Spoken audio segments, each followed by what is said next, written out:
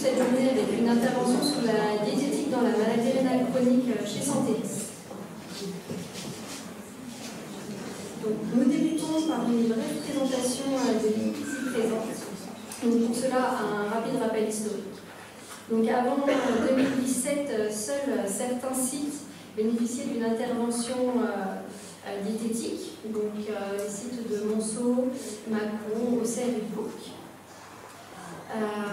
En 2017, donc, il marque la création d'un poste de diététicienne chez Santélis, donc que j'occupe actuellement depuis cette date. En 2021, nous avons le plaisir de recruter Christelle, dans l'optique que la prise en charge diététique des patients soit assurée par des diététiciennes Santélis. Et depuis 2024, donc, nous avons vous avez. Donc, pour mieux vous présenter un petit peu notre organisation, donc voici une carte de la répartition de nos secteurs. Donc, vous voyez donc, Isabelle qui intervient essentiellement, exclusivement sur la région Franche-Comté, et Christelle et moi-même qui nous partageons du coup la région Bourgogne et là. La répartition ainsi choisie nous permet d'assurer une équité entre les temps de déplacement sur les unités et les nombres de patients suivis.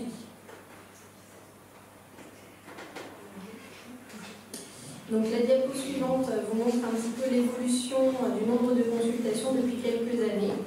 Pour vous redonner simplement quelques chiffres, du coup en 2024, nous avons pu réaliser 1314 consultations diététiques, dont environ 20% étaient représentés par les patients qu'on suit dans le cadre du forfait MRC, sur le centre de santé. Donc, afin d'organiser la prise en charge des patients, nous avons établi une procédure qui est disponible dans le logiciel qualité, avec différents motifs de consultation qui ont été établis, comme vous pouvez le voir ici à l'écran. Nous mettons également en œuvre un partenariat avec les équipes soignants pour réaliser des ateliers ETP et différentes animations sur les unités. Santélis reconduit également depuis plusieurs années des formations à destination de nos personnels soignants. Donc, on réalise des formations sur la nutrition qui sont proposées à nos personnels. Donc, comme vous pouvez le voir ici, la prise en charge du patient repose essentiellement sur un partenariat pluridisciplinaire. Donc, nous avons les néphrologues et IPA qui sont là pour l'étude clinique et les prescriptions. Les diététiciens qui interviennent donc, dans l'accompagnement vers une alimentation adaptée pour le patient. Les infirmiers par leur relation de proximité auprès des patients et leur relais des différents messages que nous pouvons leur apporter. Et nous avons également les enseignants APA qui ont un rôle très important dans la promotion de l'activité physique auprès des patients. Donc, on a vu une très belle présentation ce matin. Donc on va vous laisser. Bonjour à tous. Pour la suite, on va vous demander de venir s'il vous plaît de votre smartphone. Si vous avez des problèmes de connexion, on a remis la clé Wi-Fi. Alors, afin de rendre la présentation un petit peu plus ludique, nous avons un petit quiz pour tester vos connaissances. Donc là, pour vous connecter à ce code, vous aurez donc deux solutions.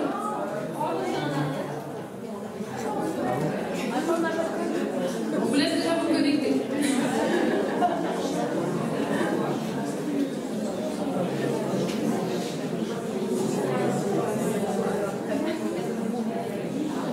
Vous pouvez le prendre sur l'écran.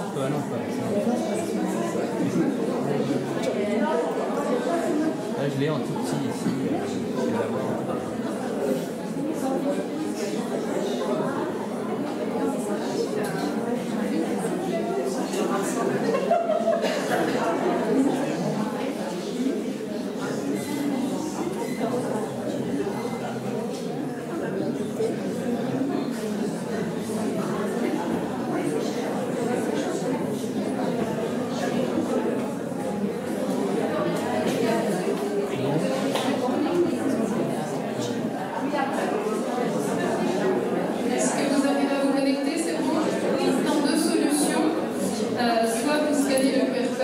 s'affiche, soit sinon vous pouvez vous connecter directement sur kahoot.it et vous n'avez qu'à taper le code qui s'affiche.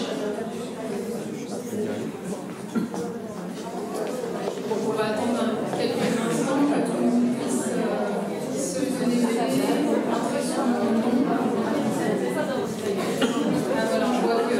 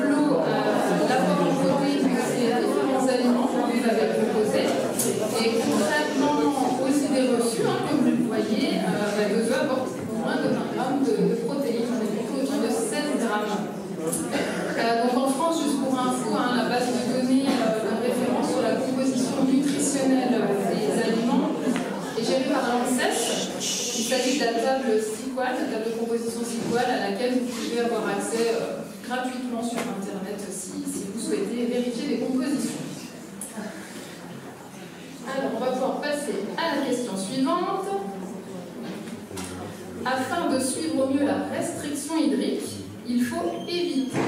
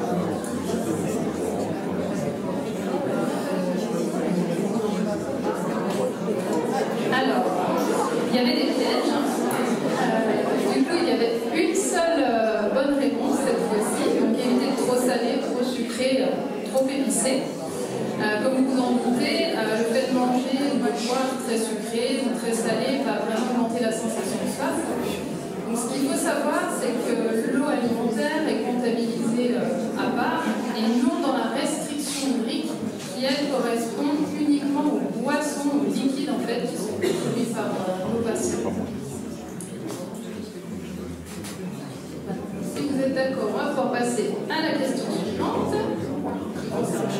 deuxième, cette fois-ci. Pour le maintien d'une calémie correcte, il est conseillé de...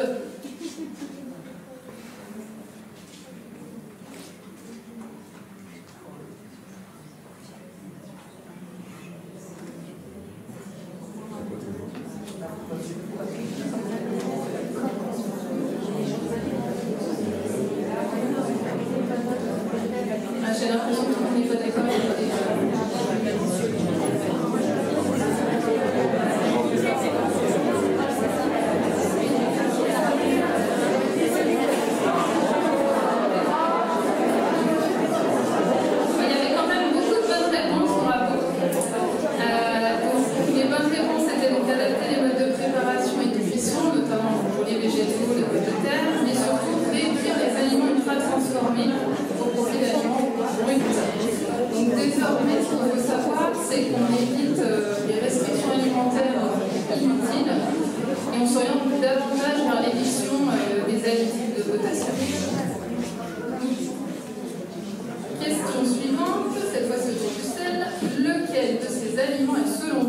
le plus salé. Donc, une seule bonne réponse.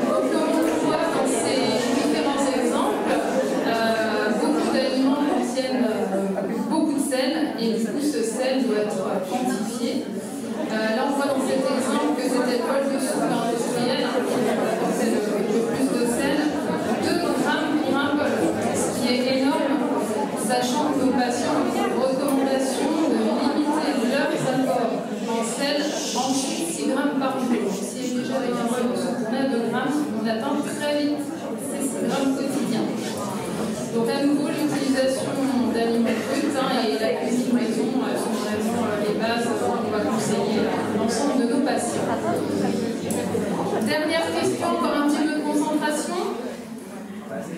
En cas d'hyperphosphorémie, il est conseillé de...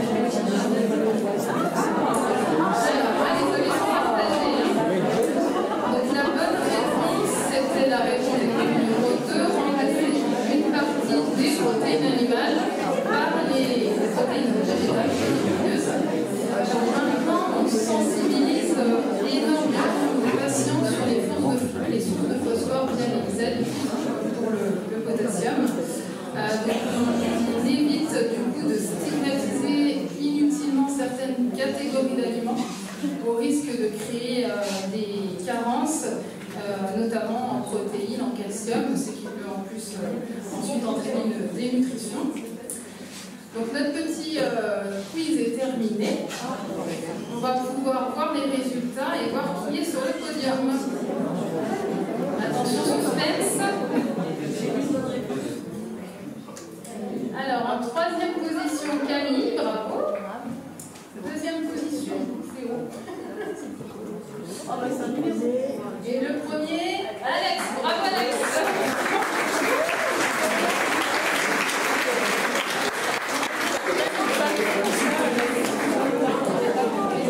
Donc, si ces points vous ont intéressé, interpellé peut-être même, n'hésitez pas à nous solliciter après sans difficulté.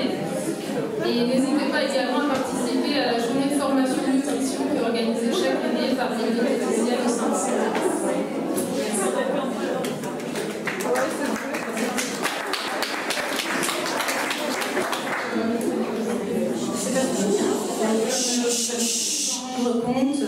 Les recommandations ont beaucoup changé ces dernières années. En effet, avant, on interdisait, on supprimait, on restreignait des aliments qui avaient des apports pourtant intéressants, que ce soit en termes de protéines, calcium, fibres, vitamines, etc.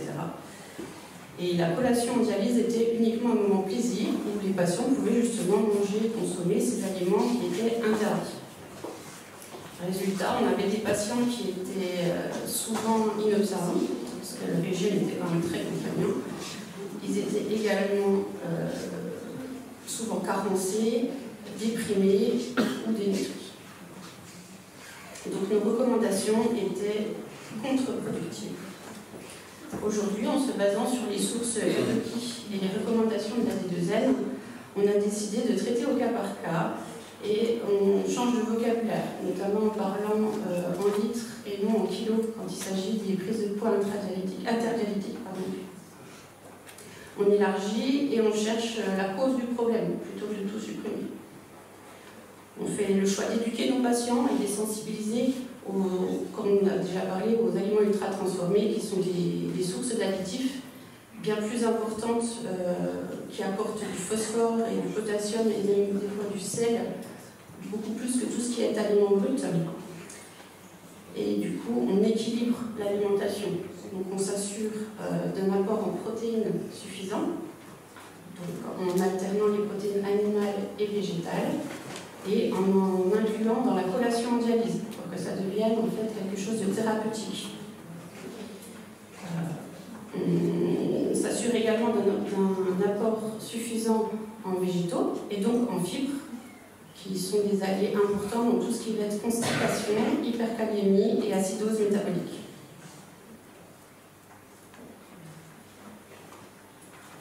Donc, en bref, on cherche à réconcilier nos patients avec leur alimentation et à préserver leur qualité de vie et leur goût pour la nourriture.